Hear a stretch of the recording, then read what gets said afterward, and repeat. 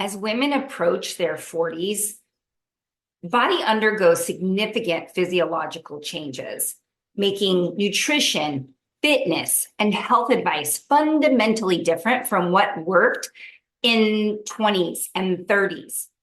Hormonal shifts like estrogen decrease and changes in insulin sensitivity will alter the metabolism, energy levels, and fat distribution.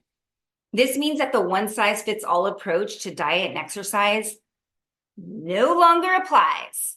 Women over 40 need tailored strategies that consider these changes, focusing on maintaining muscle mass, supporting hormonal balance, and optimizing overall health to feel vibrant and strong in this new phase of life. Welcome to REV Your Metabolism with Alicia Murphy. I'm Alicia, your host, creator of Stress Monkey Fitness, the REV method, and your go-to health coach for being super fit and unstoppable after 40. With 15 years of rocking the fitness and nutrition industry, plus overseeing the wellness program for a major shoe company, I'm here to share my knowledge with you. Are you ready to join me on an exciting journey to restore your metabolism, boost your health, and turn back the aging clock? On this podcast, we'll unlock the secrets to boundless energy, burning more fat naturally, and feeling confident in your own skin. Get ready to soak up simple yet powerful strategies that will transform your health and fitness game. These tips will be a game changer, so hang on to your hats and glasses. And do not forget to hit that follow button so you won't miss any of our amazing tips and tricks. All right, let's rev it up. Well, hello there. Welcome back to another episode of REV Your Metabolism with Alicia Murphy. That's me. I'm Alicia. So glad that you're here. Today we're diving into the secret sauce behind fat loss and energy, our metabolic hormones. Before we get into this, I have two things that we need to talk about. Number one, do you have your walking shoes on? Because remember our deal. I want to share this great information with you, but I need you to be out so we can be walking and talking. And the second thing I want to let you know is, and this really ties in with today's episode, I've created a quiz all about your metabolism. So you take this quiz, it's super fun. I mean, who doesn't love a flipping quiz? And what it's going to tell you is what your metabolic type is, as well as custom tips according to what your answers were for how you can start to take steps to rev your metabolism. Sound good? So here's the deal. You're going to scroll down wherever you're listening. There are going to be show notes or a description, whatever you want to call it. And I'm going to put the link to the quiz in that area. And I'll put it right at the very tippy top so that you can for sure see it. Are you ready to get into it today? I'm so happy to see you. I'm so glad you're here. All right. So let's kick things off with what are metabolic hormones. And I want you to pay attention because there may or may not be, wink, wink, a fact or fiction based on what I'm about to tell you. So get ready for that. So here we go. Think of your metabolic hormones as the traffic signals of your body, guiding when to stop, go, and slow down on the fat loss highway. What I'd like to do right now is give you a quick, brief overview of each of the hormones that have to do with your metabolism, because there are quite a few hormones that make up your metabolism and the way it functions. So here we go. Number one, my buddy, insulin. Let's call insulin the storage manager. What it does, insulin is like your body's storage manager. It's in charge of taking the sugar, remember what is also known as glucose, from your bloodstream and then storing it into cells for energy later on.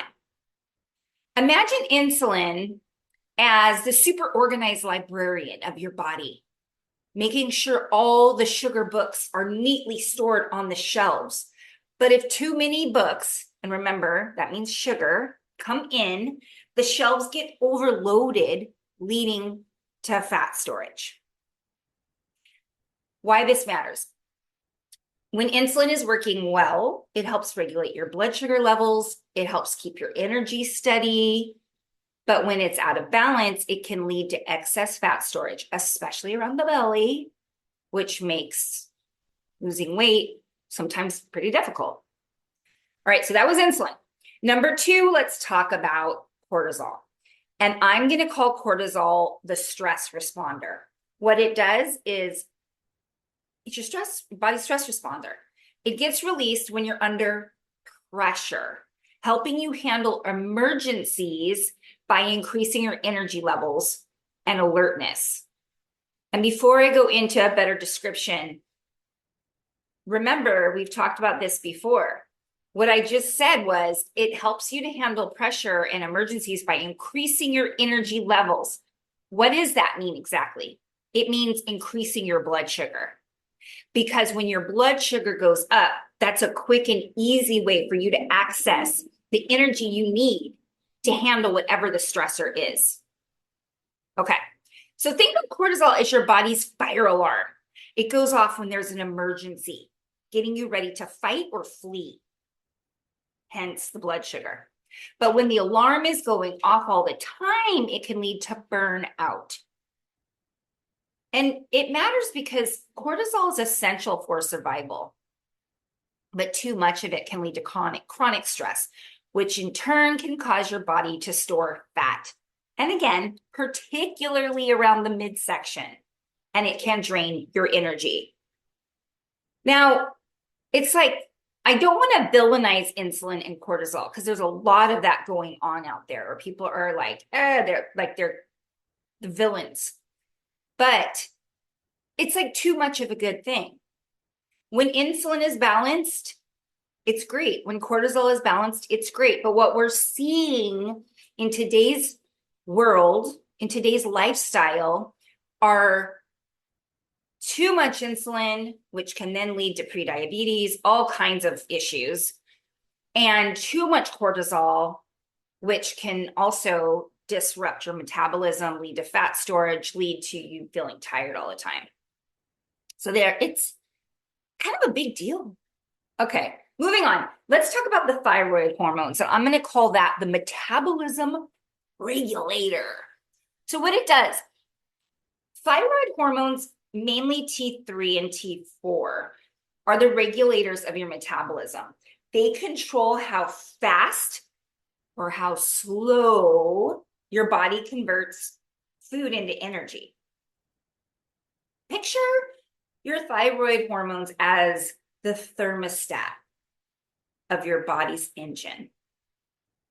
These thyroid hormones decide whether you're cruising along efficiently or if you're idling in slow motion.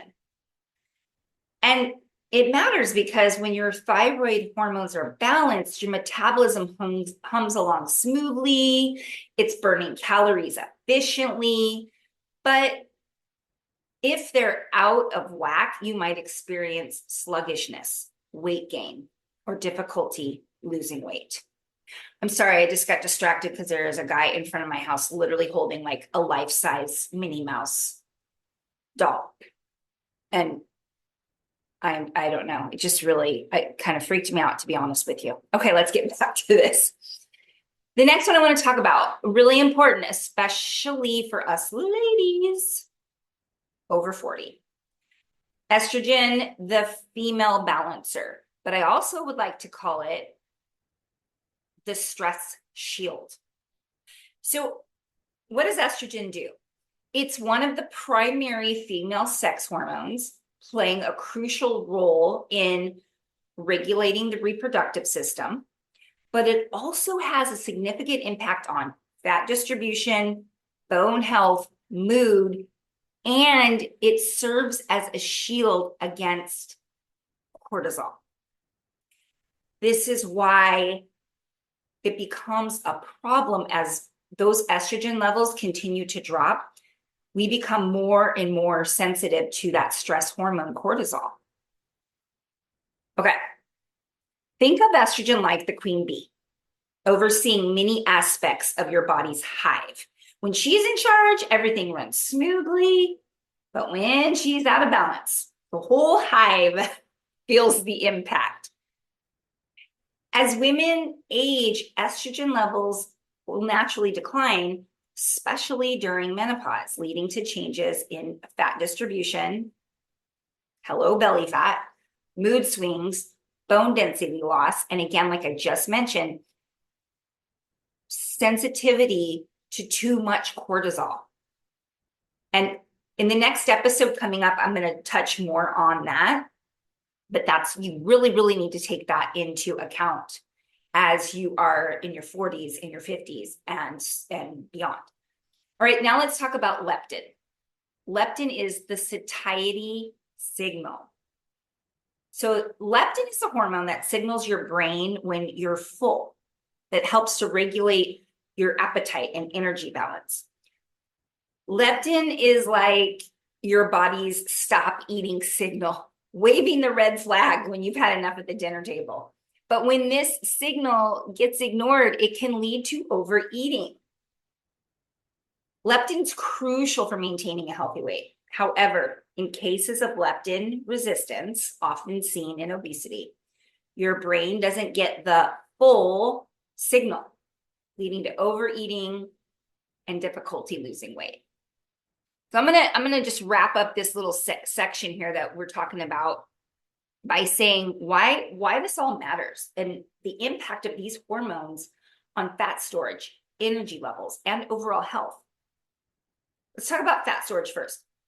These hormones that we just went over play a crucial role in how your body stores fat or burns fat. When they're balanced, your body efficiently uses energy, keeping fat storage to a minimum. But when they're out of balance, like high insulin or high cortisol from chronic stress, your body tends to store more fat, particularly in the belly area. I know. Trust me, I'm going to have some good news for you soon. Now let's talk about how they impact energy levels. Balanced hormones keep your energy levels steady throughout the day, and insulin prevents energy crashes by regulating your blood sugar.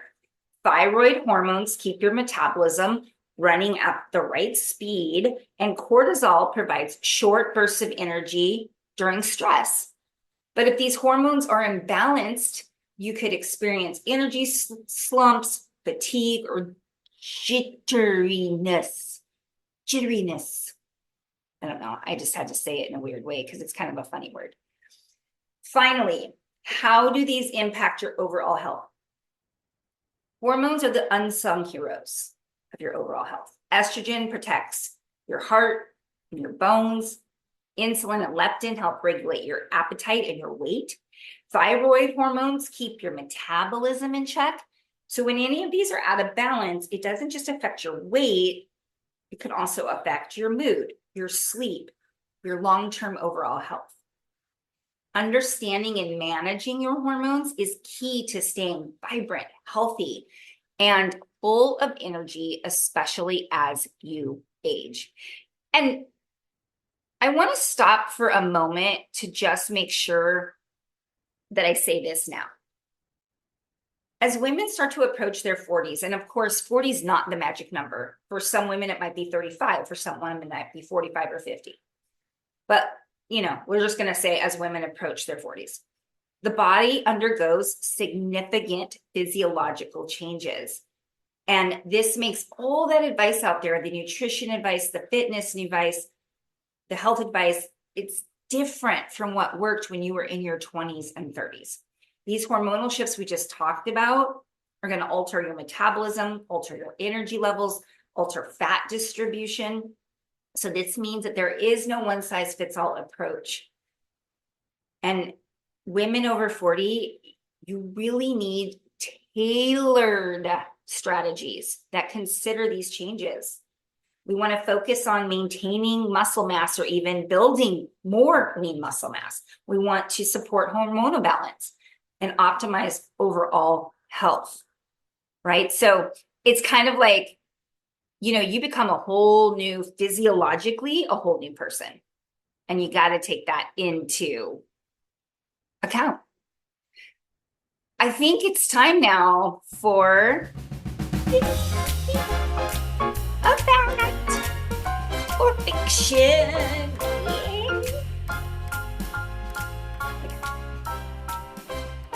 Fact or fiction. The hormone estrogen acts as a shield to stress. Have you been listening? Do you know the answer? Is that a fact or a fiction? Yeah, that's a fact.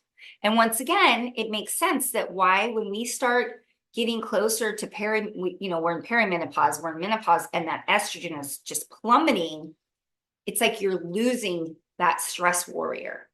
So you gotta be really intuitive with things that your body might perceive as a stressor.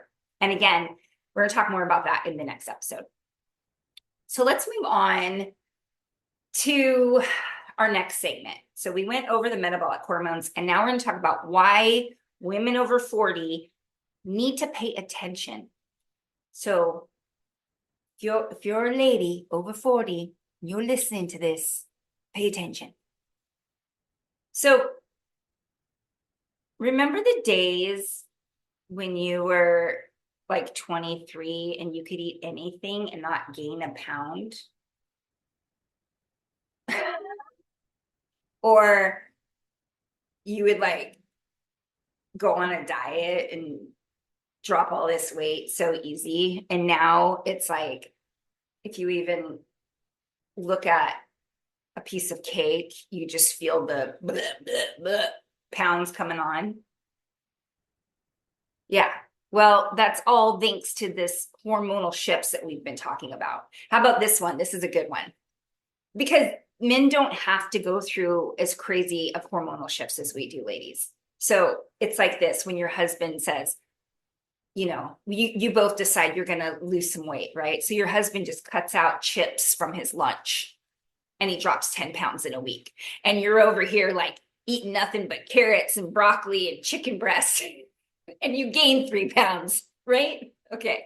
Again, because of the hormonal disruption that we go through. And while we're on the subject of eating, I would just want you to know, I'm sitting here sipping my grapefruit flavored Spindrift because I love it. And again, anybody out there knows somebody that works for Spindrift, tell them they could be my first sponsor. Spindrift. Okay, moving on. Now, again, remember what I'm telling you here is it's important to know, and I hope it also makes you feel better, because I know a lot of women that are very frustrated and they're like, listen, I'm starving myself. I'm doing all this cardio. My belly is getting bigger and bigger and bigger. What is the effing deal? Well, this natural shift in our hormones will affect the metabolism. It can make your metabolism slower. It can increase fat storage. It can cause lower energy. Usually these are specifically correlated with insulin resistance, leptin resistance. Again, that lower estrogen, and you're still out there killing it like you're 23 with these insane workouts that are actually sending your cortisol so high. And all of the things that you did in your 20s, they don't work anymore. Some of you might be lucky. So I'm not going to say we can't make it, across the board, black and white. There is a gray area, but I'm just telling you, for most of you, if you feel extremely frustrated because everything you're doing is not working, I want to tell you, don't worry. This is not a one-way street. Understanding your hormones means you can take back control. And we're going to talk about fitness. And when I get to fitness, I want to explain the tweaks you need to make in fitness. And I'm probably going to have to do a whole episode on this, but I just want to make sure that you know things like, I hate to call out names here, things like Orange Theory, F45, spin class. Okay. Those things are not going to help you transform your body when you are over 40 and beyond. They're just not. So we'll get to that in a second. Hang on. And I hope nobody out there is going to come for me when I just said that, but sorry. Sorry, but not sorry. I'm just kidding. No. All right. Moving right along. Let's go to the next segment. Keeping your hormones in balance. I'm going to give you a few ideas that are easy to follow on how you can balance your metabolic hormones. Now, of course, hold on, I got to take a sip of my Spindrift. Yum. Love grapefruit. If you've never tried Spindrift grapefruit and you like grapefruit, you are missing out. So I want to talk about a few things that you can do to either support your hormones as you're aging or hopefully bring back some balance to your metabolic hormones. Because we're talking about the hormones that are related to your metabolism. That's my jam. That's what I do. That's what your girl Alicia is here for. But I do want to also tell you this. If you feel like you have an issue, then I would go see your doctor. I would go see an endocrinologist, that is a hormone doctor, and have them help you out, especially if you think you have thyroid issues. But here are some holistic things that you can do. So let's talk about your diet, what you're eating. You really want to focus on whole foods. It's so important. This goes so much deeper than calories. I did a whole episode about calories in, calories out, and you really want to go listen to that because it's not as simple as calories in means what we eat and calories out means how we exercise. There are so many other things that affect that equation. But I will tell you right now, your body will process whole food in a different way than overly processed food. Your body can use more of the whole foods. Your body will run better, will burn more calories. So as much as you possibly can. And when I say whole foods, what does that mean? That means things that you have to prepare, right? I think that it's T-Mac Fitness. He says, if you can plan it, pick it, or chase it. If you can plan it, pick it, or chase it. I think that's what he says. So, we're talking about fruits, vegetables, proteins, right? Now, manage your sugar intake. For the love of God, you've got to stop. And honestly, I will tell you right now, if you're somebody who just has to have sugar, I would switch to a very bland diet for a month to break that taste that your body is craving. Sometimes when we are eating really tasty foods, what's going to happen is it's going to trigger your brain to want more. So by eating a very bland diet, you're kind of breaking that. And hopefully it will help to break your sugar addiction. I hate using words like that. The sugar cravings. All right. And ensure you're getting enough protein. These are the two things I got to say. Fiber and protein. And those of you that know me probably get so sick of me talking about it. But only 7% of Americans eat adequate levels of fiber. That is it. That's the secret sauce. You want to have better hormones. You want to have better blood sugar. You want to have more energy. You want to have less fat storage. Eat Fiber. Please eat fiber. So for women, because I know someone's going to ask, we're going to do about 24 to 28 grams per day, men 36 to 38. So these are the dietary tweaks I'm trying to tell you right now. You want to keep your hormones in balance or help give them a little love through your metabolism. Eat whole foods, manage sugar intake, make sure you're getting enough fiber and protein. And if you're eating whole foods, you're probably going to get enough fiber. Next thing, let's talk about stress management. This one drives me crazy. People know that stress can cause health issues, that stress can lead to weight gain, that stress is bad for your health. Everybody knows it. But how many people intentionally work on stress management? How many people intentionally try to train their body to be more stress resilient? It's kind of like the last rung on the ladder for most people. When they're like, I want to boost my health, I want to lose some weight, I want to have more energy. What do I eat and how do I exercise? And then I'm saying, how's your stress? How's your stress levels? That is really important because I'll tell you right now, if your cortisol is out of control, if your stress is too high, I don't care what exercise and diet you're having. It's not going to matter because the stress is going to literally sabotage all of your efforts. So I'm not one to say that stress is bad.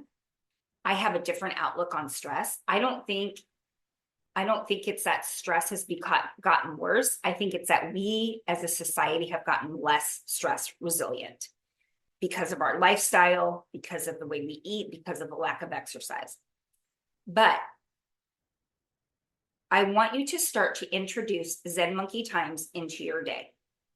Think, breathing exercises, meditation, take a daily walk, slow walk, preferably somewhere with a nature setting. Listen to your favorite music, take a bubble bath, read a book, watch something funny because laughing is amazing for stress management. You need to take this shit serious. Okay. The mom in me right now is coming out and you right now are my teenager. You need to take this seriously. All right. So we talked about dietary tweaks. We talked about you need to manage your shizzle with the stress. Now let's talk about exercise strategies. Strength training. You need to be contracting your muscles.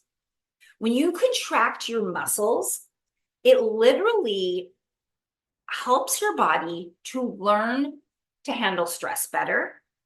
It impacts your longevity. It helps all these hormones that we talked about. So I would love it if you would strength train specifically. And I'm not talking about, again, I'm gonna say it right now, okay? Orange Theory, F45, because this is what's happening with those. You think it's so intense, you're all sweaty, but it's like doing moderate cardio. And I know you're doing exercises, but what you need to do is lift heavy things, like so heavy that it's really hard. And I'm saying in a safe way. And if you don't know how to do that in a safe way, you need to hire a personal trainer to at least teach you how to lift weights properly. But think of high intensity for shorter lengths of time. That is what we need to do as we're aging. And again, this is not something I can go deep into right now, but I call it the WW. Oh my, that was a really loud truck. Anyways. The WW, it is walking in weights, walking in weights, walking in weights, walking in weights. Drill it into your head. Those are the things. If you really want to get really healthy, if you want to change the way your body looks, and if you want to feel better as you age, walking and weights. So here's a little call to action for you. Why not start with one small change this week?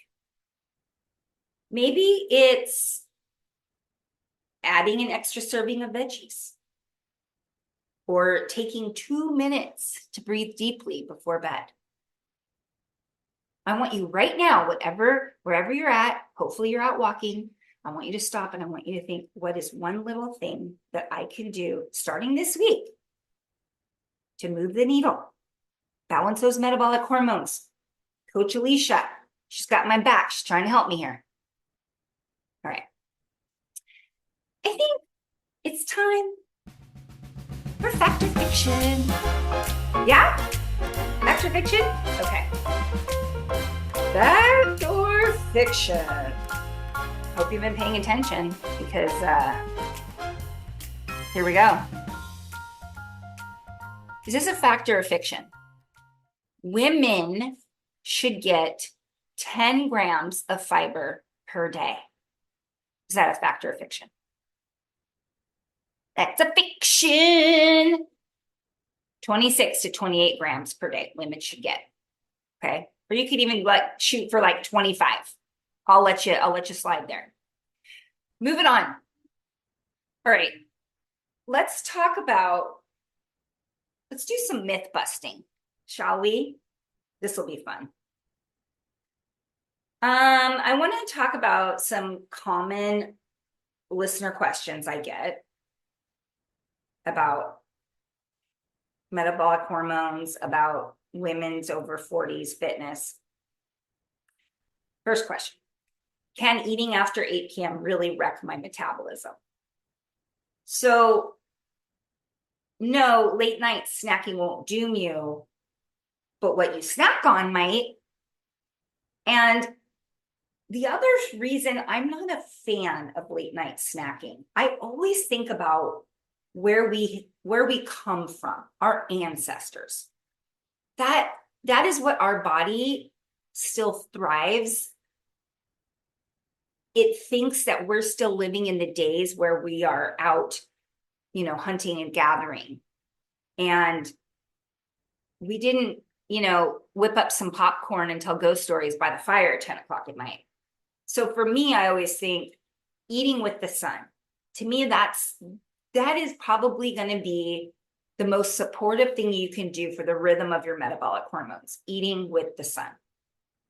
Now, that's not to say if you eat, a snack at 8 o'clock at night that you're just screwed.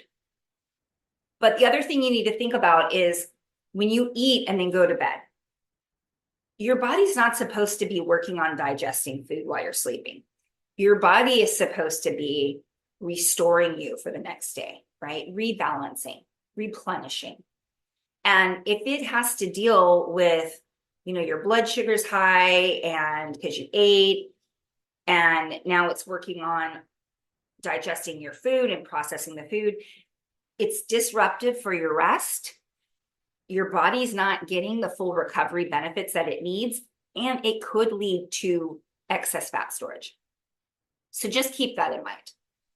The other question I get so flippin' much is about intermittent fasting. And we hear all these benefits about intermittent fasting. So let's talk about that. Again, can't say one size fits all here. Can't say this is across the board the truth because every woman is different. But I will tell you right now, as we get older, and again, remember what I told you about how sensitive to stress we get. So now if you say you're going to take your fast until noon, let's say, so you stopped eating at, let's say 7 p.m. the night before, and you're like, I'm not going to eat till noon. So for some women, and this, I'm included in this, for some women, when you do not eat by a certain time in the morning, your body perceives that as a threat. Your body thinks, we don't have access to food. And so it raises that stress hormone cortisol even higher. Now you have this dysregulated blood sugar. Your body's on high alert. You might feel tired but wired. So I personally think that intermittent fasting for women over 40 is probably not the greatest idea. but I also don't like this idea of grazing all day either. I think, especially for us women over 40, we should stick to the way that our grandparents, great-grandparents ate, 3 square meals a day. That's what I think. That's my advice. You eat breakfast, and then you have a 3 to 4 hour window till you eat lunch.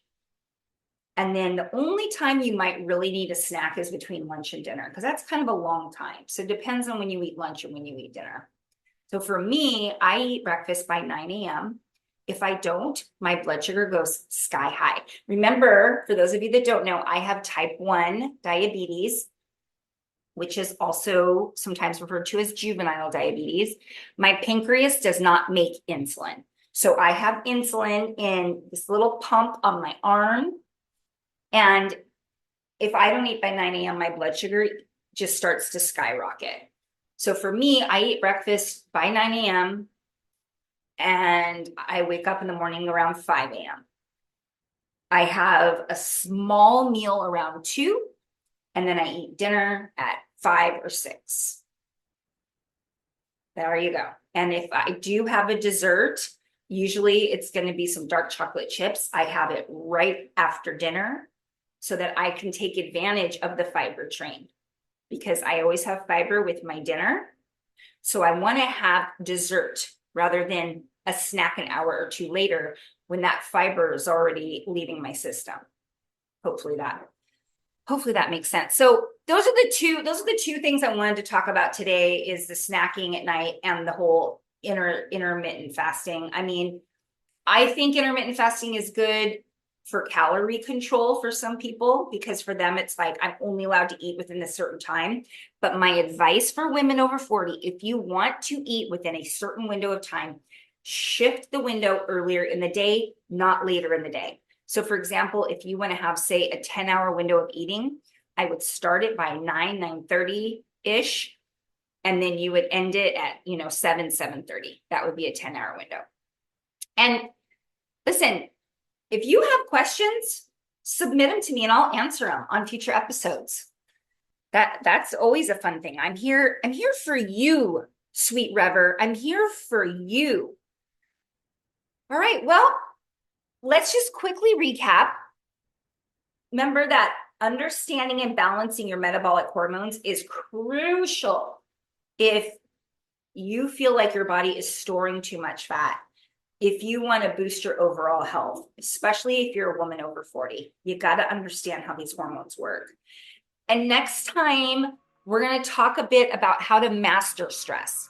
Keep your metabolism humming. Trust me, you don't want to miss it, okay? Listen, I would love it if you want to subscribe and leave a review. That would help me so much, or even at least rate the show, and feel free to share this with friends, right? It doesn't cost a dime. And I have been studying this stuff for so many years, and all I want to do is help get this education out there. Okay, be sure to scroll down, get the link to that quiz, figure out what your metabolic type is, and then you're going to get some tips on what you specifically should be doing to help to improve your metabolic hormones. All right, until next time, keep that metabolism revving. And remember, age is just a number, but your energy is priceless. All right, bye for now.